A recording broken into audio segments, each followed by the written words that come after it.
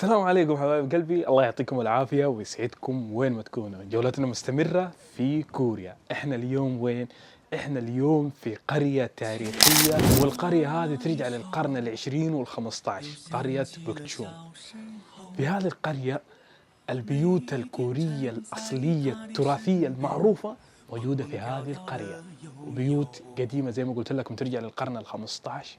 牵着妈妈的手，又想起了小时候，每一天站在她的身边，蹦蹦跳跳乐悠悠。 زي ما تشوفون هذا ممر من الممرات، وكمان لو تلاحظون انا جالس اتكلم بصوت واطي ليش؟ ولا اقول لكم خلينا نكمل جولتنا ونعطيكم المعلومات حبه حبه. شايفين الممرات كيف؟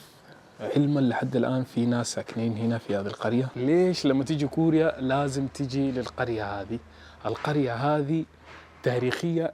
انت لما تيجي هنا للقريه هذه انت كانك رجعت لالاف السنين. زي ما تشوفون بيوت يعني شيء تاريخي، ومثلا هذا بيت وهذا بيت هناك بيت، وتقدر تسكن هنا وتعيشوا التجربة في البيوت التاريخية الموجودة هنا في كوريا. شوفوا وقت الزيارة، انتوا ركزوا وقت الزيارة. في معلومة ثانية فوق هنا، حاول انه ما قريت المعلومة هذه، من 10 ل 5، بعد 5 ممنوع الدخول هنا. لأنه حاليا أنا جالس أتجول في القرية، وفي محلات لبيع الهدايا الكورية هنا في نفس القرية هذه. يعني تقدر تجي تتسوق هنا، تشتري الأشياء البسيطة هذا اللي تذكرك بكوريا. لو ما اشتريت حاجة بكوريا تيجي هنا وتشتري، تاخذ لك قرض خفيف على قدك كبير اللي يريحك.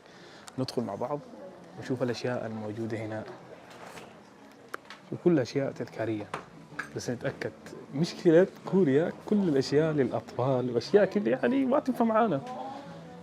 اللي يحب مثلا زي هذه تاخذها تحطها في البيت على الثلاجة أو على الحديد عامة. شايفين كيف؟ هذه كمان كلها أشياء تذكارية.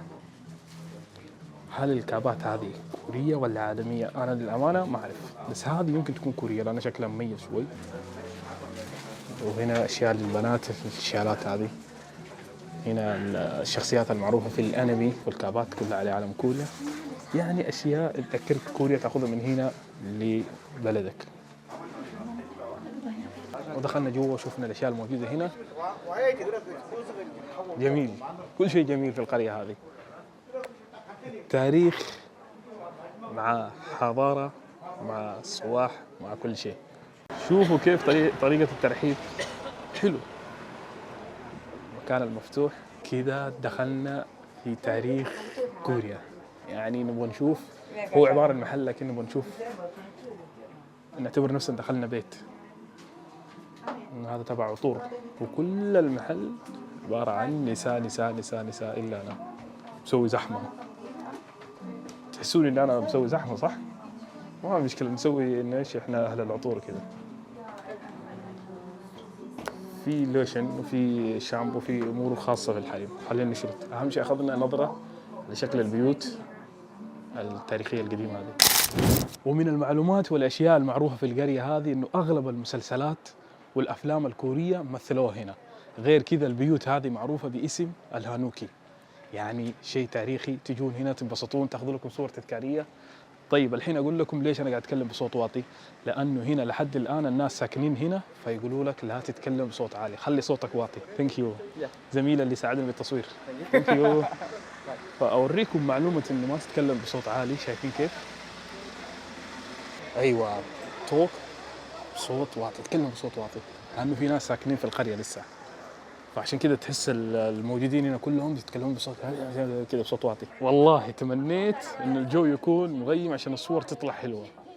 شوفوا كيف الشارع هذا شارع جميل فعلا. شوفوا البيوت كيف، ولكن مع الشمس ما أقول إنه الوضع مش أوكي، بس مع الغيم الفيديو يطلع أحلى. ولكن شوفوا فعلا أنت في الشارع هذا تحس إنك في البيوت الكورية التاريخية. زي ما تشوفون أغلب البيوت هذه كانوا يبنوها عن طريق الخشب والطين، أما بالنسبة للبيبان والشبابيك عن طريق الورق. الورق ورقة معروفة هنا في كوريا، الخانجي.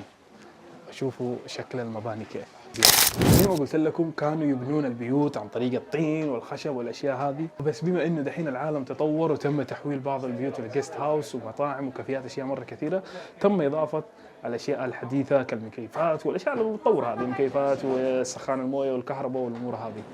فشوفوا مثلا زي البيت هذا اللي قدامي، شايفين كيف هذا عداد تبع كهرباء المويه، هنا تبع الجرس، يعني اتطور شويتين، بس البيوت حافظوا عليها خلوها زي ما هي بتعود القرن ال15 وال20 تقريبا.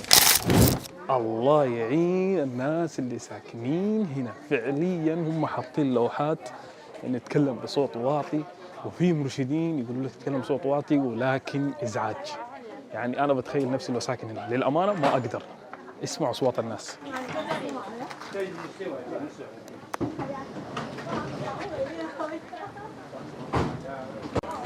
تقريبا هذا الشارع هو اجمل واشهر شارع تقريبا، انا ماني متاكد، لكن شارع فعلا لما تعدي الشارع هذا تحس نفسك انك بتاريخ كوريا القديم. شوف الشارع كيف، هذا تبع البريد. شوف كيف شكله مميز، بوابه صغيره، شيء جميل. وهذا هو الباب الرئيسي. في نفس القرية في زوايا كثيرة تقدر تاخذ صور، مثلا الزاوية هذه توقف هناك مع الخلفية، شوف كيف الجبال، بعدين الطبيعة والخضار، بعدين البيوت التاريخية هذه نفس البيت هذا، فالصورة تطلع الصورة داخلها كذا حكاية. يا اخوان كذا كانت جولتنا، جولة خفيفة لطيفة، انا اختصرت الجولة، القرية اكبر بكثير من ما شفتوه، فاذا جيتوا هنا تقدر تاخذون لفه، بس خصص ساعات وتعال هنا وخذ لفه. يمكن واحد يقول لي ما له داعي، انا اقول لك له داعي. اولا لما تيجي تتذكر التاريخ الكوري، واللي يحب المسلسلات والافلام لما يجي هنا يمكن راح يشوف زوايا، يعني زوايا صوروا فيها افلام او مسلسلات اللي تحبوهم، المسلسلات او الدراما الكوريه، الاشياء هذه، لان انا ما متابع نهائيا.